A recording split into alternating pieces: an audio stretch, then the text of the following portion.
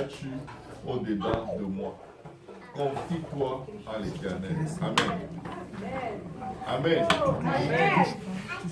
Alléluia. Amen. Dis, parle à ton musique. Mon âme, confie-toi à l'Éternel. Mon âme, confie-toi à l'Éternel. Ce que j'ai à cœur à dire aujourd'hui à quelqu'un, c'est ceci. Alléluia. Prions. Éternel des armées, parle à nos cœurs, parle dans nos vies, Seigneur. Délivre-nous, Seigneur du mal. Papa, étends ta main sur nous et accorde-nous la victoire dans nos avons besoin, Seigneur. Crée à nos cœurs purs. Nous allons soin d'esprit. Permets-nous, Éternel des armées, de savoir compter sur toi, Seigneur, pour la gloire de ton nom, Seigneur, au nom de Jésus. Amen. Amen. Parfois, lorsque nous sommes dans des situations difficiles, lorsque nous passons par des tribulations, des persécutions, de l'oppression, des maladies, des difficultés de santé, des difficultés financières, amen, des divisions, des troubles dans nos familles, généralement, on va se tourner vers les moyens les plus proches, les plus disponibles de nous. Quand c'est des situations financières, on essaie de faire des heures supplémentaires pour répondre à ces situations financières. Quand c'est la santé, au Québec, tu n'as pas besoin de te soucier des médicaments, le gouvernement paye tout. Mais le gouvernement ne paye pas pour ta guérison. Le gouvernement peut payer tes médicaments, mais les médicaments ne vont pas te guérir. C'est Dieu qui guérit. Amen. Amen. Il y a des médicaments que tu prends par rapport à certaines maladies et ça ne change rien. On change le médicament, c'est toujours là. Amen. Parfois, dans des situations financières, tu fais des heures supplémentaires, ça ne suffit pas. C'est comme si ce problème a donné naissance à un autre problème et cet autre problème a donné naissance à ces problèmes. De sorte que tu as des problèmes qui ont des petits-fils jusqu'à la 5e génération. Tu as des problèmes où même l'argent ne peut plus répondre. Je vous donne un cas de divorce. Tu ne peux pas faire revenir ton mari qui est parti avec de l'argent. Amen. Ni faire revenir ta femme qui t'a quitté avec de l'argent. Amen.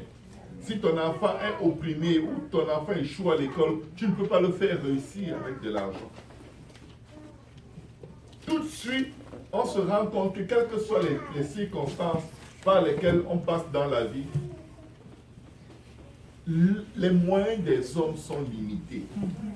Mais je viens demander à quelqu'un, si au lieu de chercher les moyens des hommes, tu allais directement à la source de la solution. Amen.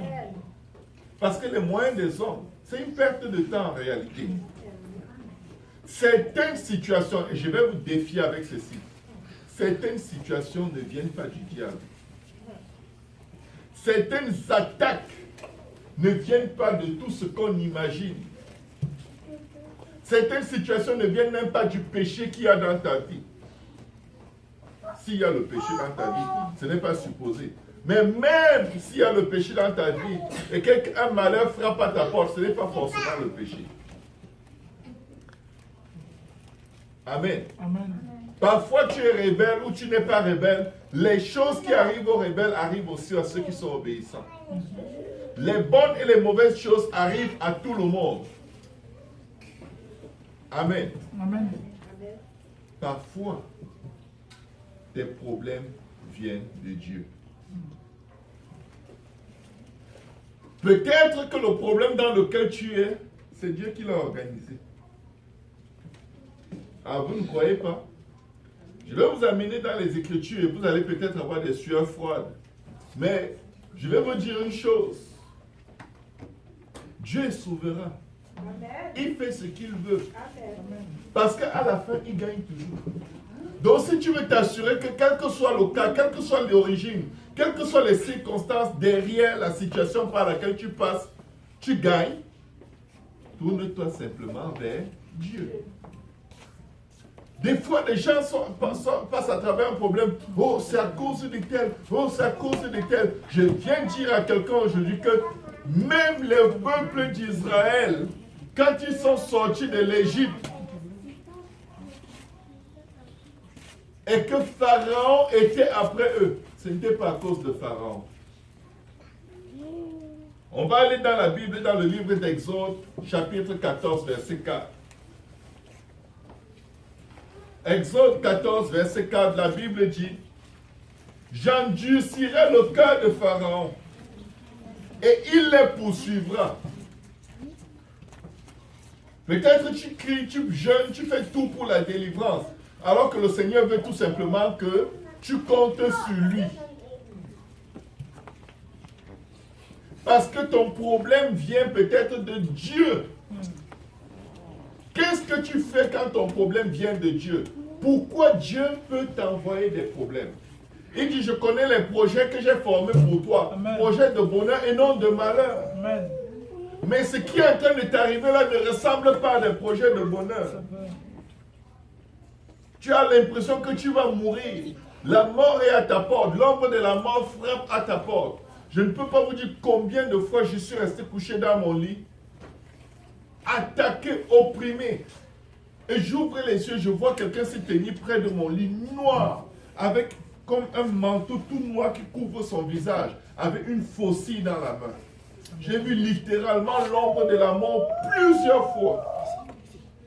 Et vous savez tout ce qui m'est venu à l'esprit. Ce n'est pas de commencer à m'agiter, sauter, faire tout ceci, cela. J'ai dit au Seigneur, la moisson est grande, les ouvriers sont peu. J'ai mis ma couverture sur moi, j'ai dormi. Je ne suis pas sur la terre pour décorer la terre. Je ne me bats pas pour vivre. Dieu a intérêt à ce que je vive. Amen. Je vis pour lui. Pourquoi je vais me battre pour vivre? Moi, je ne me bats pas pour vivre. C'est lui qui a les clés de l'enfer et du séjour des morts. S'il veut ouvrir pour que j'entre dans le séjour des morts, c'est son problème. Parce que moi, ma seule responsabilité, c'est m'assurer que je suis lavé dans le sang de Jésus. Amen. Ma seule responsabilité, c'est de m'assurer qu'au moment où il décide ce qu'il décide, que je sois propre. Amen. Et que mon nom soit écrit dans le livre de vie. En dehors de ça, le reste, c'est son problème. Vous êtes des parents, vous avez vos petits-enfants. Leur seule responsabilité, c'est de se nettoyer quand ils mangent. Leur sécurité et tout, c'est vous qui veillez dessus. C'est vous qui fermez la porte de la maison. C'est vous qui ouvrez la porte de la maison. C'est vous qui achetez les chaussures. C'est vous qui achetez les habits. Vous y pensez avant même qu'ils ne le demandent. Amen. Amen.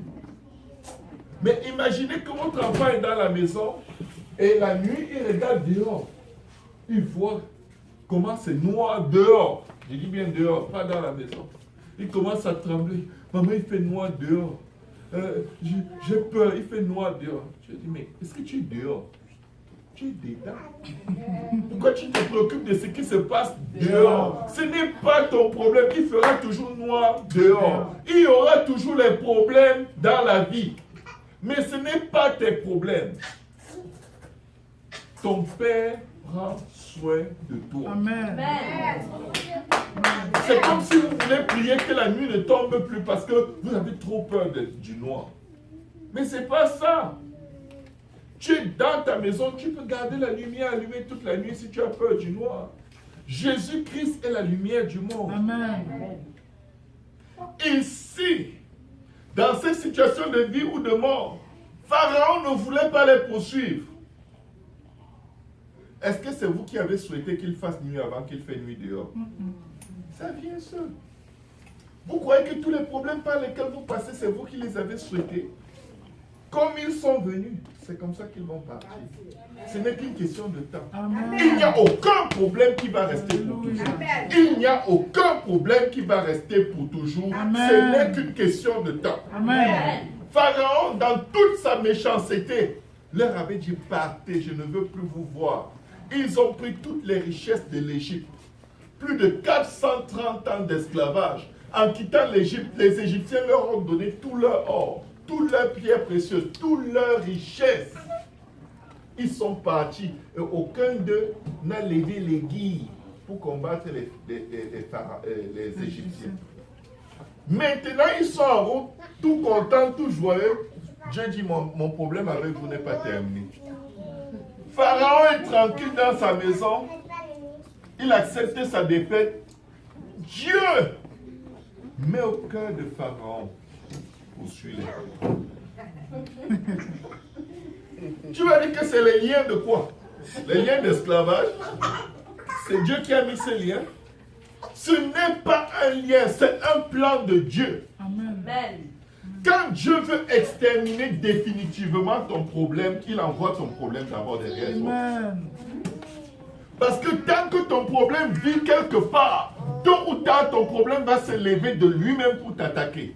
Mais Dieu préfère lui-même envoyer ton problème contre toi parce qu'il veut le détruire afin que tu ne le vois plus jamais. Amen. Quand Dieu envoie ton problème contre toi, c'est parce qu'il veut mettre terme à ce problème. Si tu passes à travers les mêmes problèmes financiers tout le temps, et tu utilises toujours les dettes pour payer les dettes pour payer les dettes, un jour quand ce problème de dette arrive, ne les paye pas. N'emprunte pas pour les régler. Laisse-les montrer toute leur force et passe du temps à genoux devant ton Dieu pour dire, Seigneur, je ne te demande pas de payer mes dettes, je te demande de me rendre riche. Amen. Parce que quand tu vas passer du temps dans la présence de Dieu pour régler ce même problème qui revient année après année, Dieu va t'apprendre à penser différemment. Il va changer ta pensée d'esclave qui veut seulement juste un peu pour régler ça. Ce n'est pas un peu que Dieu veut te donner. La terre appartient à Dieu avec tout ce qu'elle renferme. Amen. Dieu est le Dieu de l'or et de l'argent. Arrête de chercher à régler un problème alors que Dieu veut faire de toi la tête et non la queue. C'est la queue qui s'occupe d'un problème à la fois. Dieu s'occupe de ta destinée au milieu de ton vie. Jésus. Amen. Alléluia. Pharaon est tranquille chez lui. Dieu dit, j'endurcirai le cœur de Pharaon et il les poursuivra. Je crois que tu as déjà mis ta carte de crédit de côté. Dieu dit non. Je vais le pousser à dépenser encore. Et je vais lui donner une leçon de vie. Mais Pharaon et toute son armée serviront à faire quoi?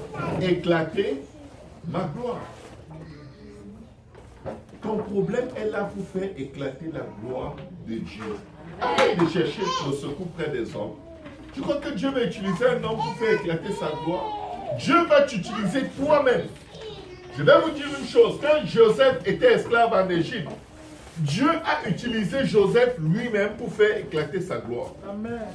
Dieu n'a pas utilisé Pharaon pour élever Joseph. Dieu a utilisé ce qu'il avait mis dans Joseph, le don d'interprétation des songes, pour faire éclater sa gloire et sauver l'Égypte. Pharaon n'était pas en train de faire une faveur à Joseph, c'est Joseph qui faisait une faveur à Pharaon. Parce que c'est seulement Joseph qui savait ce qu'il fallait faire pour sortir de cette situation. Il y a quelque chose que Dieu a mis dans son peuple, et son peuple vit toujours comme des prisonniers, des esclaves. Et c'est pourquoi on va finir mourir dans des cachots, enfermés dans des prisons, comme la Bible dit dans Ésaïe 42. L'Éternel a voulu proclamer pour son peuple une loi magnifique, mais c'est un peuple pillé, dépouillé, enfermé dans des cachots. On tourne en rond parce qu'on n'a pas changé là-dedans.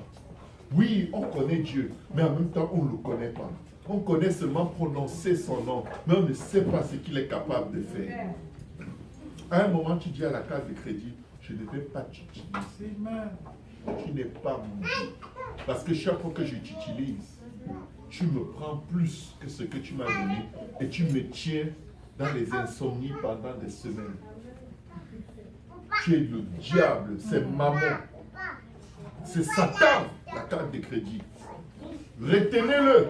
Si tu veux utiliser une carte de crédit, mets d'abord l'argent dedans. Si tu n'as rien mis dedans, ne retire pas. Parce que dès que tu touches, tu deviens esclave. Tu payes avec intérêt. Je vais vous dire une chose. Quand tu ne connais pas ton Dieu, tu ne connais pas ta destinée. C'est la même chose.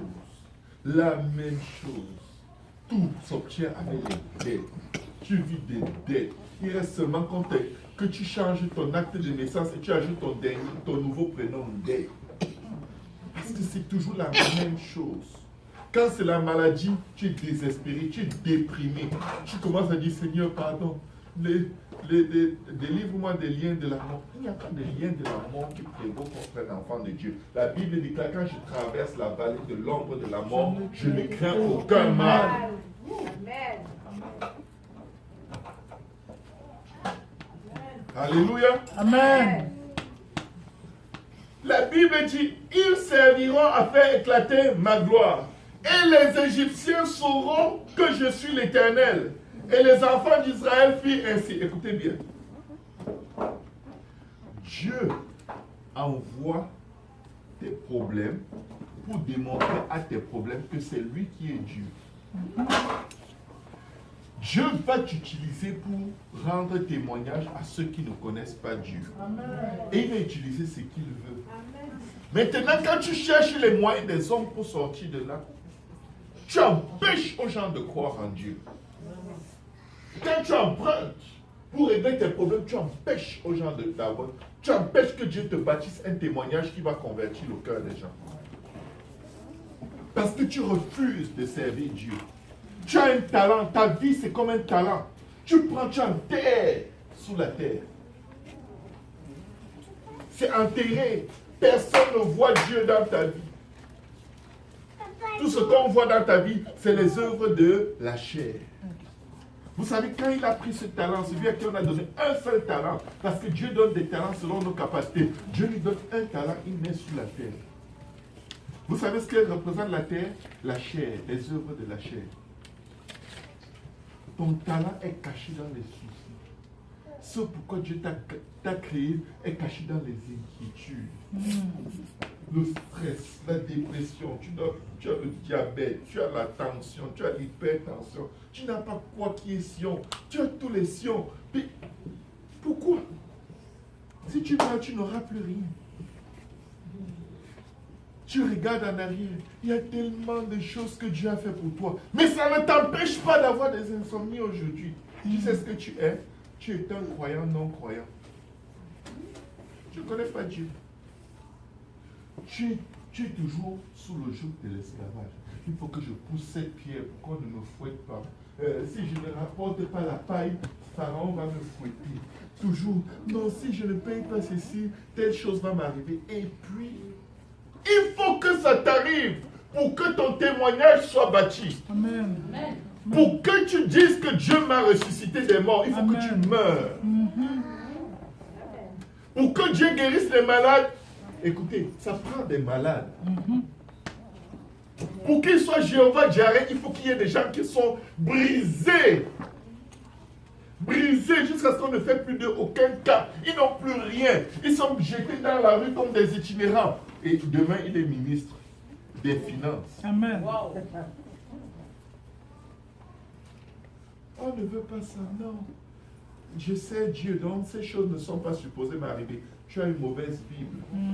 Peut-être tu lis la Bible des Mormons, mais la Bible chrétienne, la Bible qui te parle de celui qui a créé les cieux et la terre, dit que Dieu est capable. Amen. Il peut tout faire, Amen. même ce que tu ne veux pas. La plupart des temps, ce qu'il veut faire, c'est ce que nous ne voulons pas. Quand Dieu veut te délivrer des cartes de crédit, il te fait utiliser tes cartes de crédit jusqu'à ce que tu dépasses ta limite. Et il augmente les problèmes. C'est vrai, amen. Vas-y encore. Que fais encore? Vas-y. Et devine quoi? Tu ne fais rien. Parce que tu te tournes à gauche et à droite. Tout le monde te dit, moi non plus, ça ne va pas. Et même si souvent les gens te prêtent, tu as déjà tellement de dettes que tu n'as plus personne vers qui aller. Tu commences à dire, pasteur, prie pour moi. C'est très fort.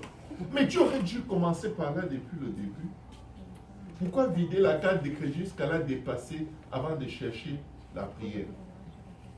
Parce que tu as essayé maman. Maman t'a dit, moi je suis un lâcheur professionnel. Je mets la corde au cou aux gens. Je n'aide personne. Je fais des gens libres, des esclaves. Amen. Et là, tu commences à chercher tous ceux qui te doivent de l'argent. Si quelqu'un te devait $10, ça sonne dans ta tête comme $10 000. Tu as le problème de $6 000. Quelqu'un te doit $20. Quand tu le vois, tu le menaces comme si, même s'il te donnait $200, ça allait toucher quelque chose dans ta situation. Même si tu rends tes $20, tu ne vas même pas arriver à la maison avec.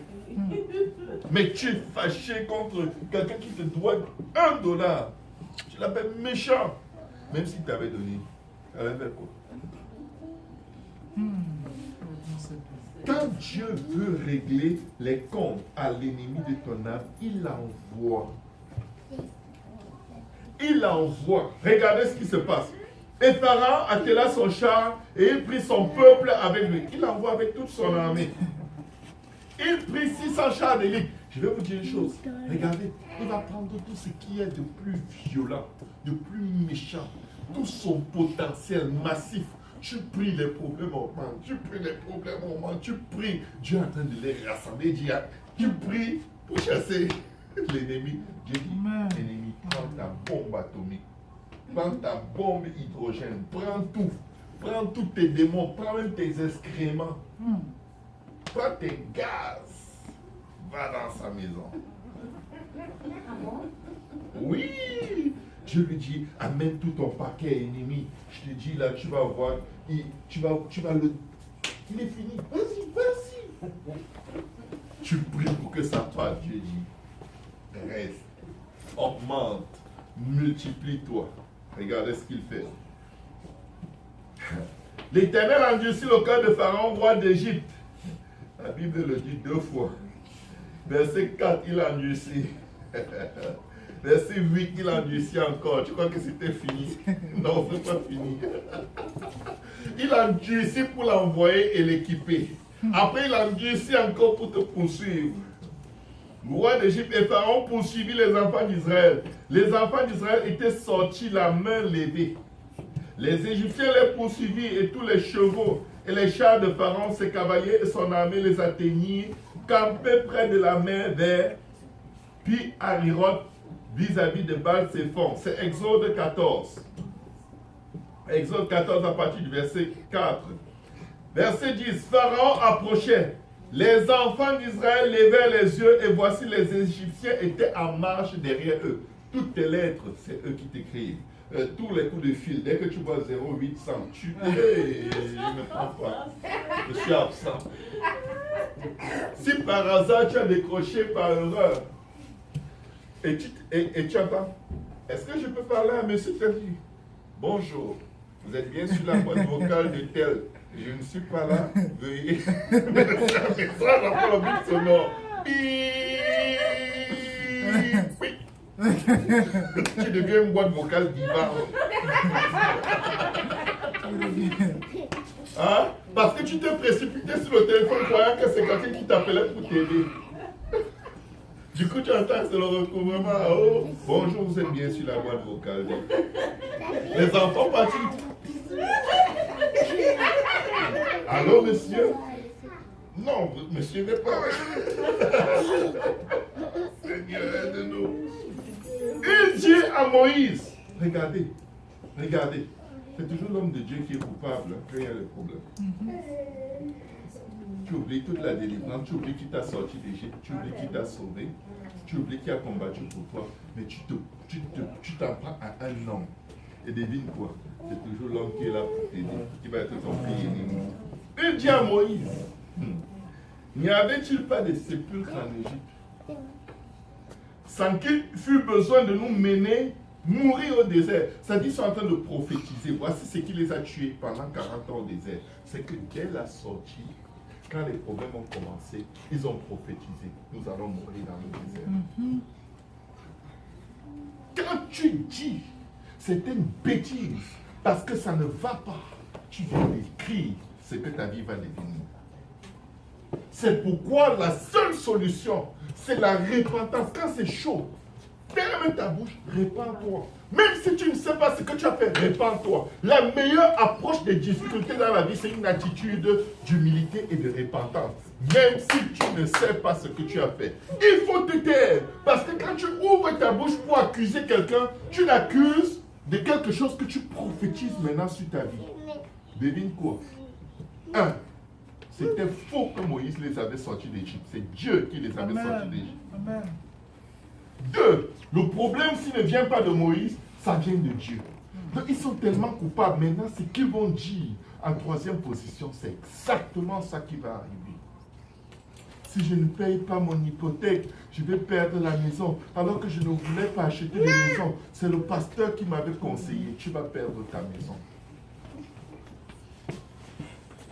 Tu vas la perdre. Tu peux compter sur Dieu.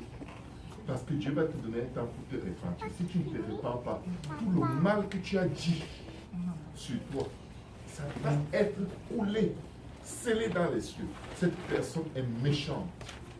Quand ça va mal, c'est elle. Quand ça va bien, elle ne dit même pas merci à Dieu. Avant ce moment, tu ne les vois pas en train de louer Dieu parce qu'il les a délivrés de l'Égypte.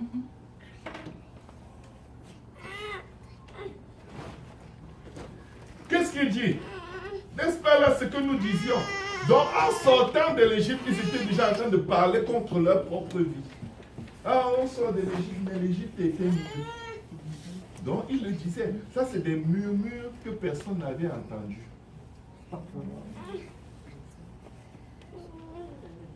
Personne n'a entendu, mais Dieu a entendu. Et Dieu augmente les troubles, l'intensité pour que tes murmures finissent par sortir de ta bouche. Et il permet ça pour que tu te répandes. Il n'est pas précis. Dieu ne veut pas que nous périssions, mais que nous parvenions tous à la repentance. Quand tu sors des bêtises de ta bouche parce que ça va mal, répands-toi. Répands-toi parce que ce que tu as dit risque de s'accomplir. Et tu ne les verras jamais se repentir.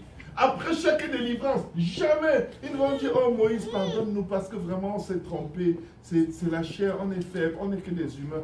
Non, jamais, jamais. Vous ne les voyez jamais venir s'excuser. Jamais. Mais blasphémer, concentrer le regard sur Moïse. Moïse les connaissait où? Il avait passé 40 ans hors de l'Égypte. Il est venu là un beau matin poussé par Dieu. Donc il ne les connaissait même pas. Maintenant, c'est lui le problème. Si ça va mal, c'est à cause de lui. N'est-ce pas là ce que nous disions? Laisse-nous servir les Égyptiens. Car nous aimions mieux servir les Égyptiens que de mourir dans le désert. Dieu a dit, vous n'allez pas servir les Égyptiens, vous allez mourir dans le désert. Moïse répondit au peuple, ne craignez rien, restez en place. Regardez un homme patient. Peut-être si c'était moi, j'allais dire, vous avez déjà décidé qu'il vous soit fait selon votre foi. Que Dieu ait pitié de moi parce qu'il n'aime pas le tempérament de Moïse. My goodness. Malgré ça, il les prend doucement. Même quand Dieu voulait les détruire et faire de lui une grande nation, il a dit, Dieu, tu m'en donnes. Moi, j'aimerais être comme ça. Priez pour moi que je sois comme ça. Amen. J'ai du bagarre trop. Parfois, priez seulement pour moi. Amen. L'Éternel dit à Moïse, pourquoi ce cri? Parle aux enfants d'Israël et qu'ils marchent. Toi, lève ta berge et tends ta main sur la mer et fends-la. Aujourd'hui, nous allons fendre. Amen. Chacun va élever sa main et fendre les situations. Amen. Vous savez, moi je prends la Bible comme elle est. Ce qu'ils ont fait, je fais. Amen. Mais ou pas mais, je fais. Amen. Peu importe la situation dans ma vie, je la fends au nom de Jésus. Amen. Amen. Ce n'est pas juste un geste.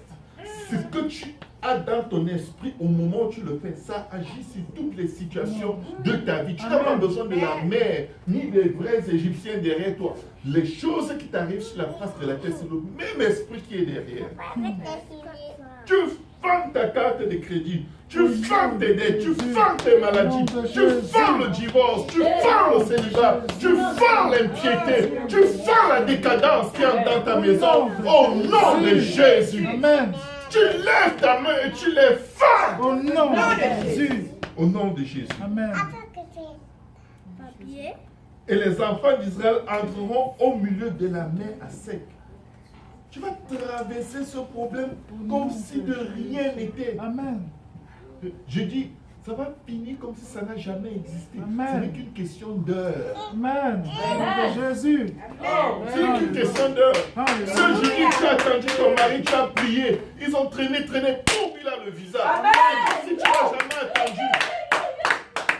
L'Éternel n'est-il pas Dieu? N'y a-t-il pas un Dieu à Pierrefonds?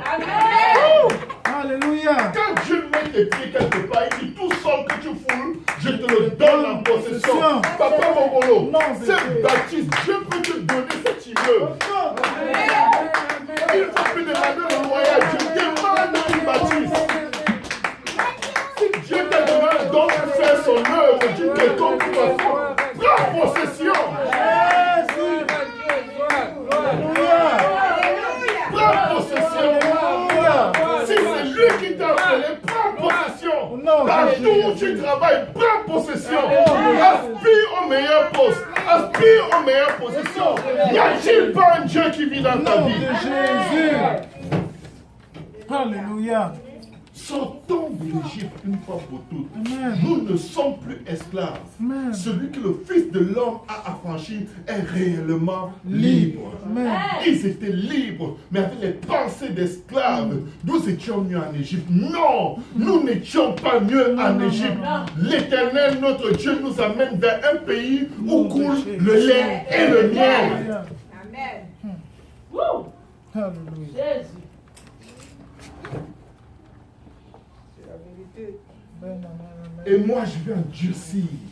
Verset 17, il endurcit encore pour la troisième fois. Verset 4, verset 8, verset 17. Il dit, il faut qu'il y ait cette bataille pour que mes enfants sachent qui est leur Dieu. Amen. Avant qu'ils n'entrent dans le désert, je veux leur montrer que c'est moi, l'Éternel, qui combattra pour eux. Et les Égyptiens sauront que je suis l'Éternel quand Pharaon, ses chars et ses cavaliers auront fait éclater ma gloire. Tes problèmes ont un but, faire éclater la gloire.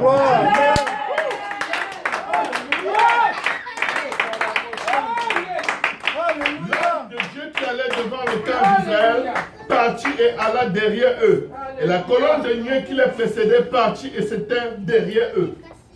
Elle se plaça entre le camp des Égyptiens et le camp d'Israël.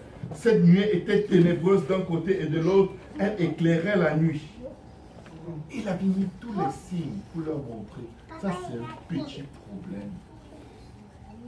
C'est un petit problème.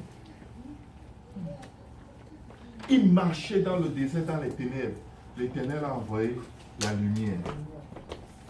Il n'y avait pas de lumière. La pire des choses, quand tu passes à travers le feu, c'est de ne même pas voir. Tu bois du noir. Ton niveau d'insécurité est grave. Mais tu n'avais pas la lumière, maintenant tu l'as. Et de l'autre côté, chez les Égyptiens, c'est les ténèbres. Et tu es là, c'est toi qui as peur. C'est toi qui as peur.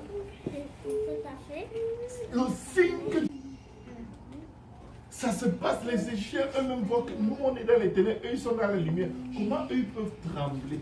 Et ce n'est pas la lumière du feu de bois. Ce n'est pas l'Hydro-Québec.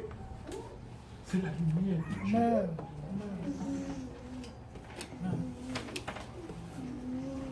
Les deux camps n'approchèrent point l'un de l'autre pendant toute la nuit. Ton ennemi peut camper. Tant qu'il ne fait pas jour, il ne peut pas bouger. Et quand il fera jour, tu auras déjà traversé la mer, tu ne seras plus là. Amen. Il te suivra seulement pour être englouti. Amen. Alléluia. Personne n'approchait l'un de l'autre. Qui retenait ton ennemi? C'est Dieu. C'est Dieu qui a envoyé ton ennemi et c'est Dieu qui lui donne ses limites.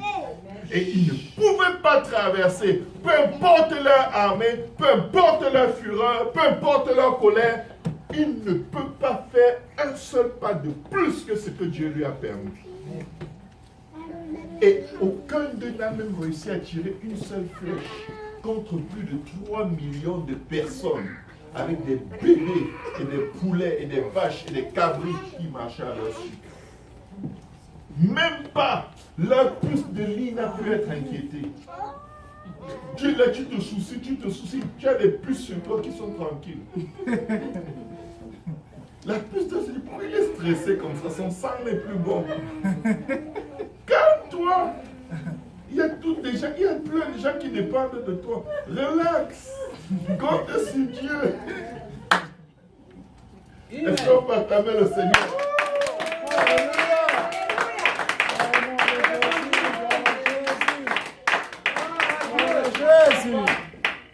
Les deux camps approchaient l'un de l'autre.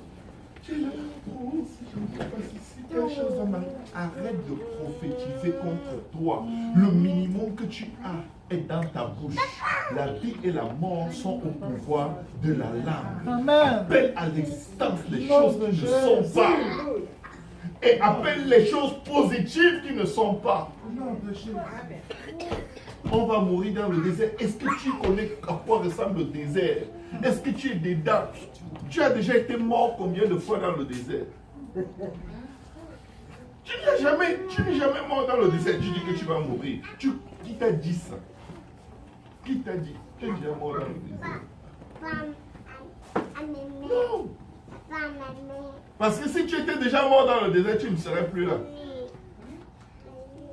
Oui, je ne sais pas ce qui va arriver, mais je vais confesser ce qui va arriver. Amen. Et que sa volonté soit faite. Je vais construire des immeubles dans le désert. Amen. Mes immeubles vont partir de la mer Rouge, traverser tout le désert jusqu'à entrer dans la terre promise. Tout ça, ce sera pour moi. Amen. Ils pouvaient le dire. Nous serons de la pluie dans le désert. Nous serons de la nourriture dans le désert. Tout va bien se passer. Que Pharaon vienne. Qu'ils viennent. De toute façon, Seigneur, enlève même le feu là. Envoie les éclairs sur eux au nom de Jésus. Amen. Qu'est-ce qu'ils font même derrière la nuit? Non. Moïse, le problème de ma vie là, c'est Moïse. Moïse, ton père c'est qui? Pourquoi je t'ai même écouté? Pourquoi je t'ai même suivi? Peuple de Dieu, n'acceptons pas de mal écrire notre histoire. Ces gens sont morts dans le désert. Je vais vous dire qu'est-ce qui les a tués. Un manque total de sanctification. Leur cœur était en Égypte. Quand j'étais encore dans le monde, les choses allaient bien. Vous entendez souvent les chrétiens dire ça. Oh non, si c'était encore quand j'étais dans le monde, je serais allé voir un copain, il m'aurait donné de l'argent. Jusqu'à quand? Jusqu'à quand vas-tu garder les yeux en Égypte?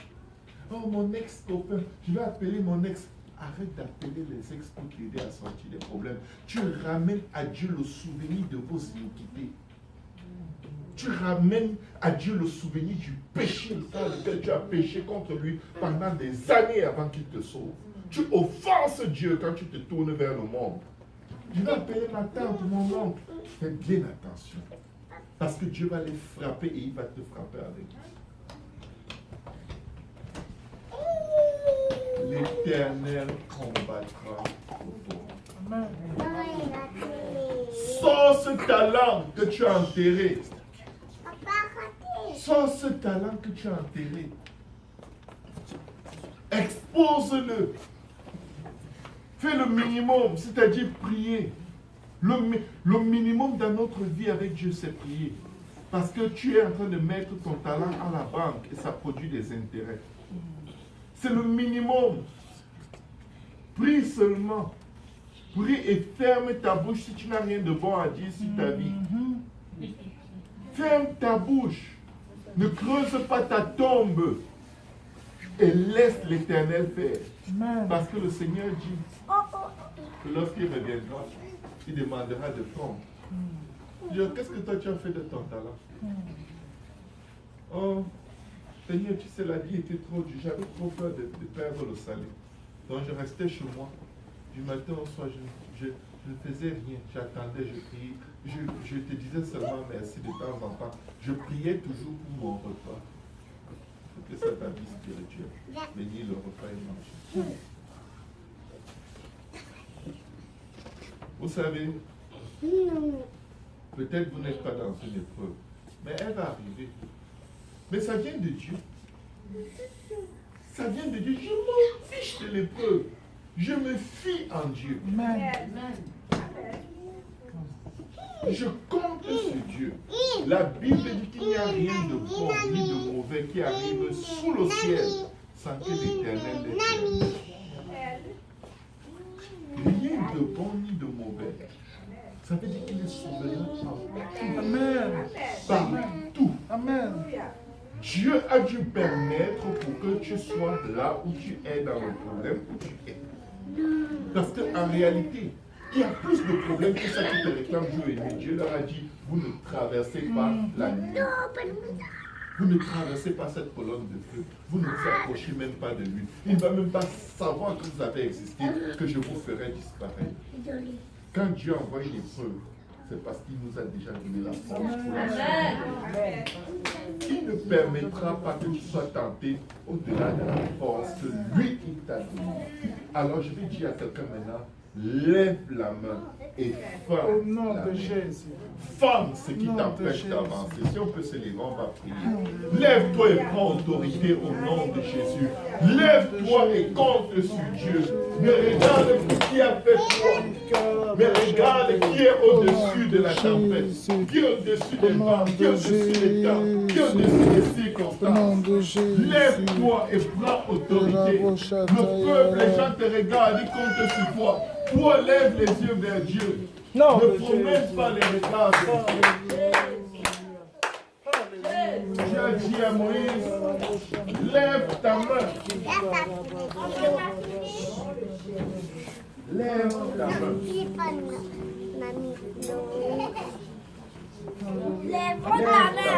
Oh Seigneur. Alléluia. L'Éternel combattra pour toi. Garde silence.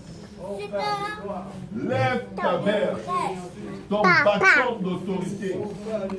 Et étends ta main sur le problème. Et ferme-le.